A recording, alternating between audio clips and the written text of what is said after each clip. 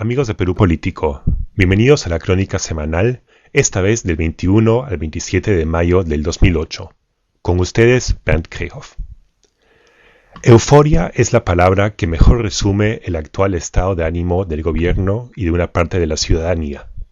El 26 de mayo, el Instituto Nacional de Estadística e Informática, INEI, dio a conocer que la pobreza total en el Perú se redujo en 5,2 puntos porcentuales en el 2007 en comparación con el año anterior. El presidente Alan García tomó estas cifras como base para predecir que la pobreza bajaría de actualmente 39% a tan solo 10% en el 2015. Sin embargo, y por varias razones, el asunto no es tan simple como nuestro presidente nos quiere hacer creer. El mismo primer ministro no pudo ocultar su sorpresa por los buenos números. Del Castillo dijo que había calculado una reducción anual del 3%. El 5,2% anunciado por el INEI es, sin duda, un excelente número, muy por encima de los resultados alcanzados durante el gobierno anterior de Alejandro Toledo. Algunos, entre ellos el mismo Toledo y el ex jefe del INEI, Farid Matuk, pusieron en duda la veracidad de los números. Pero tanto el Banco Mundial, que participó en la elaboración de los números, como el ex primer ministro de Toledo, Pedro Pablo Kuczynski, respaldaron la calidad del informe. La lógica de García es simple. Si logramos mantener el ritmo del último año por 8 años más, la pobreza total se reducirá al 10% en el 2015. No hay que ser expertos para entender que esta predicción se basa en dos suposiciones bastante especulativas.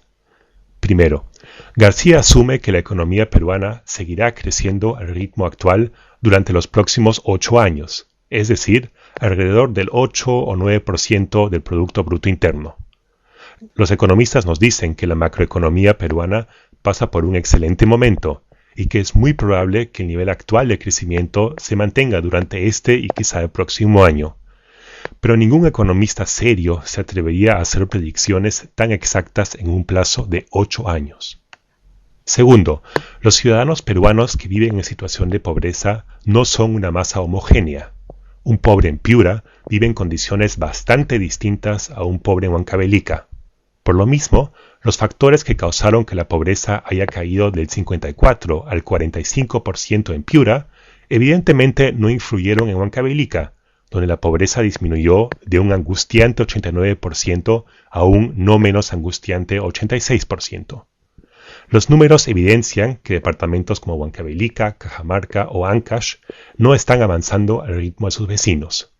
Es mucho más complicado lograr reducciones significativas en esas zonas que sufren de serios déficits en infraestructura y recursos humanos. Remontar estos obstáculos históricos no es algo que se pueda conseguir en el corto plazo.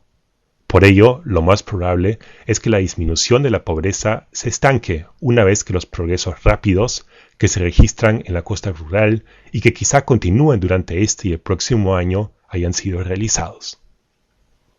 Para terminar, algo de información metodológica. Los organismos internacionales definen a pobre aquel que consume bienes y servicios diarios menores al equivalente de lo que se podía adquirir con $1 en los Estados Unidos en el año 1993. En el Perú, en cambio, se distingue entre la pobreza extrema y la pobreza a secas. Un pobre es una persona que no está en situación de poder cubrir lo que el INEI define como, cito, la canasta de bienes y servicios mínimos esenciales. Fin de cita. La pobreza extrema, en cambio, se da cuando ni siquiera se logra una nutrición adecuada. La Organización Mundial de la Salud, OMS, estima que el ser humano adulto, promedio, necesita consumir 2.318 calorías diarias para alimentarse de forma adecuada. La canasta de bienes y servicios mínimos esenciales trasciende las necesidades alimentarias. Alguien que logra alimentarse bien, pero no tiene acceso adecuado a vivienda, educación, salud o agua y desagüe, es considerado pobre, pero no en situación de pobreza extrema. Todos los factores arriba mencionados, vivienda, educación, etc., y algunos más, son considerados necesidades básicas. Basta con que una sola de esas necesidades básicas no estén cubiertas para que el afectado sea considerado pobre. La idea que está detrás de este método es que nadie puede tener una vida humana digna sin la satisfacción de estas necesidades básicas. La mujer o el hombre que no reciben educación, que no se pueden movilizar, que no tienen techo, agua o luz, no están en condiciones de desarrollar sus potenciales ni de vivir razonablemente bien.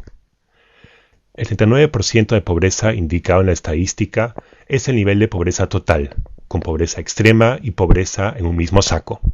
La pobreza extrema se redujo a un ritmo menor que la pobreza total, pues cayó del 16,1 al 13,7%, una disminución de solo 2,4%.